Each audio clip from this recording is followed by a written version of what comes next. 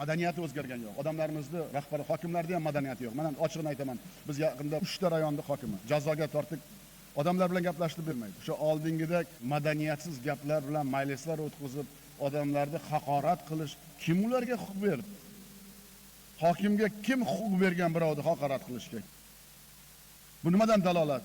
Madaniyatsizligimizdan dalolat, o'qimaganimizdan dalolat, ma'naviyatimiz pastligidan dalolat.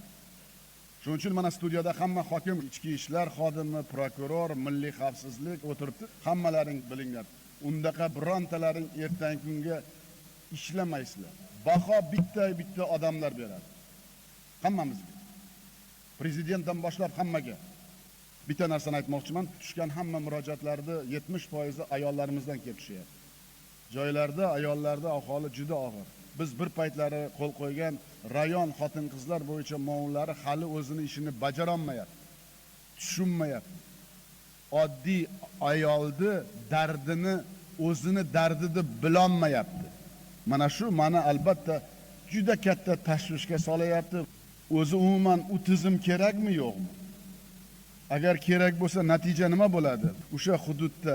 Shuning uchun biz mana shu Nuroniyni va mahallani o'zgarishini qildik-ku, mahalla masalasida ham bizda ko'p o'zgarishlar bo'ladi. Nimaga desangiz, mahalla raislarining oyliklarini hali hozirgi sharoitga to'g'ri kelmaganini men o'zim bilaman.